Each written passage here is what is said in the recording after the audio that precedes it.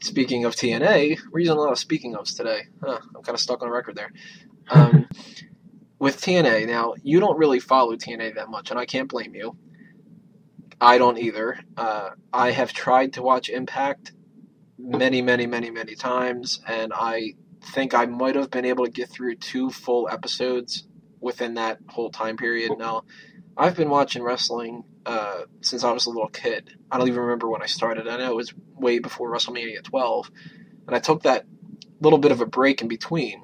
Now, in that bit of a break that I took, that's when TNA started up. So when I started watching wrestling again back in 2006, I was trying to look for TNA as well, hoping that that would be as good as WCW used to be, and it has never shown me that whatsoever. So it's going to be a little bit rocky for any TNA fans that want to listen to a lot of talk about that on Smack Talk, because I don't watch Impact. I watch the pay-per-views, and I usually wait desperately and hope that they finish, because they usually bore me to death. But what are you familiar with when it comes to this Bobby Roode story?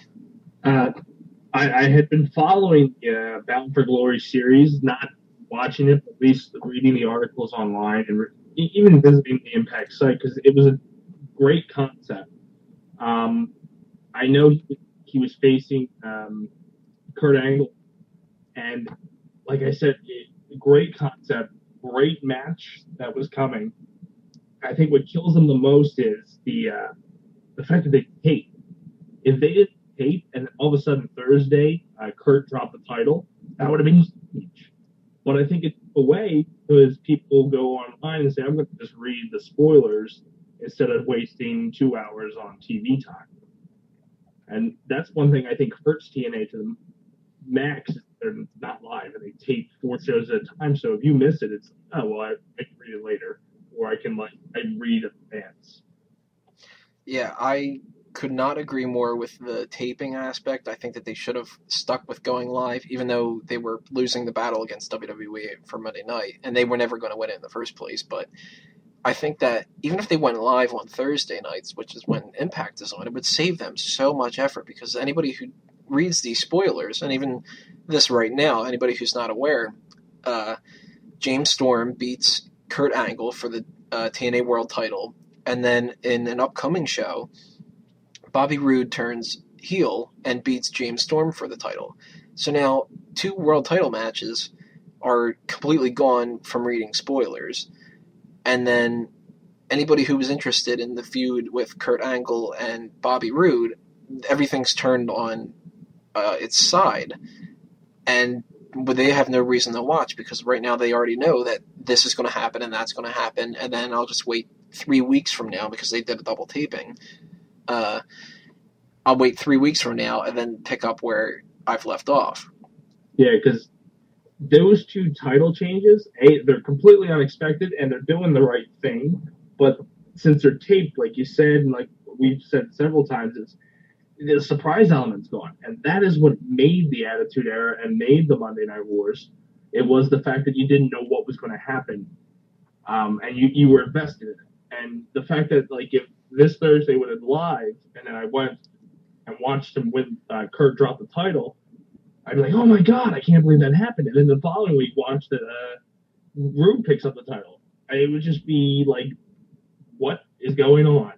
And you would want to tune in to be like, well, is somebody going to win the 3rd week? Is something going to happen there? Exactly. It's like, are these just flukes happening? Is he going to get this title back? Is somebody else, like Anderson, going to walk in and take the title? It's just that people are just like drawn to chaos, and TNA can do chaos pretty well, but then they tape it, so then it's just not chaos; it's planned. And this thing with chaos, I've referred to it 1,000 times on the website. I gave it the little term TNADHD. Now, they seem like they follow this methodology where we'll do complete chaos, but instead of it building to anything, it just goes immediately from point A to point Z, and then stalemates, and then they go back to another point A, and then it goes chaotic again. It seems like they don't know what they want to do when they do these chaotic storylines. They just want to get to the next chaotic storyline instead of fleshing it out. WWE does a thing like the Nexus, and they're not sure where it's going to end, but they stretch it out for 7 months or so. They try to get the most out of it that they can. TNA, they've got an idea. They run to it like a little kid that just saw a shiny new ball and they want to run and kick it. They don't seem like they have any idea where they're going with this Bobby Roode thing. One of the things that Hulk Hogan had been saying is that he thought that Bobby Roode was not ready to be that guy in the company, and that he would have put more emphasis on James Storm. I would disagree about it, but he's the guy who runs the company, so it doesn't really matter what I am saying. So then Hogan gets his wish. Bobby Roode doesn't beat Kurt Angle for the title, and then James Storm immediately gets the title. You just spent all that time building up this Bound for Glory series, and you give it to James Storm. It's that idea of I've got this thing and I'm going towards that route, but now I just saw a sign that says I can go this other route, so I'm going to do that anyway. And then even worse than that, they seem like they don't even want to stick with the James Storm thing, so they just give the title back to Bobby Roode. Why didn't he just win it Bound for Glory and save yourself the effort? Mm-hmm. And it would have been a surprise factor since it was live. Exactly. I feel like TNA has been ballooned, inflating and inflating and inflating. I'm waiting for Pop to get on that right track because they've got a lot of awesome young talent there. They've got a lot of legends that will just draw people from the 80s and 90s just to watch them. And at that point, if you can make that match and hold right, you could get those WCW years back that they are trying so hard to recreate. But I think the live thing is it's just going to be their ultimate thorn on their side until they stop taping. Yeah, I don't know what TNA needs to do, but I know that to get to the level that they want to get to, they have to change their methodology, because whatever it is that's not working, if you keep doing it over and over and over again, it's not going to work. The final nail in the coffin that I'm thinking of with this Bobby Roode thing is, if you look at the spoilers for what the next pay-per-view is going to be, it's not only is it not a rematch between Kurt Angle and Bobby Roode, or between James Storm and Kurt Angle, it's not even a match between Bobby Roode and James Storm. It's AJ Styles against Bobby Roode. So now this has become the Kurt Angle to Bobby Roode match is supposed to be with Roode winning. It goes to Storm. It goes to Roode. Now it's going to go to AJ Styles. Yeah, it's just bad. There's too many people that are pulling strings there that are complacent. They're making a living. They're not making billions or millions like Vince is, and they're happy with that. They need someone who isn't set. Someone of these young guys that just take the reins and say, "This is what we're going to do. We're going in this direction.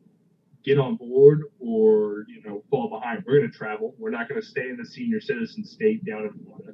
We're going to hit a site. We're going to get our names out there. We're not going to be complacent with what we have now."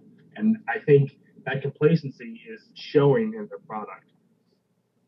Yeah, it's as stagnant as you can get the element of chaos to be. Every week something is going to change, but it's not going to matter. Mm-hmm. It's a lot of people with good ideas. I would never knock Bischoff and even Russo. They have good ideas, but at the point in their life where they think, well, I don't want to put 100% into it. I'll put 60% into it, get a paycheck, and live in Florida. Right. That is more than enough of TNA talk for me right now. I have nothing else to say about TNA right now. I'm sure other interesting things are going on. I have no clue what it is. I'm sure I'll catch up at some point if it's anything that's worth anything, and if it isn't, well,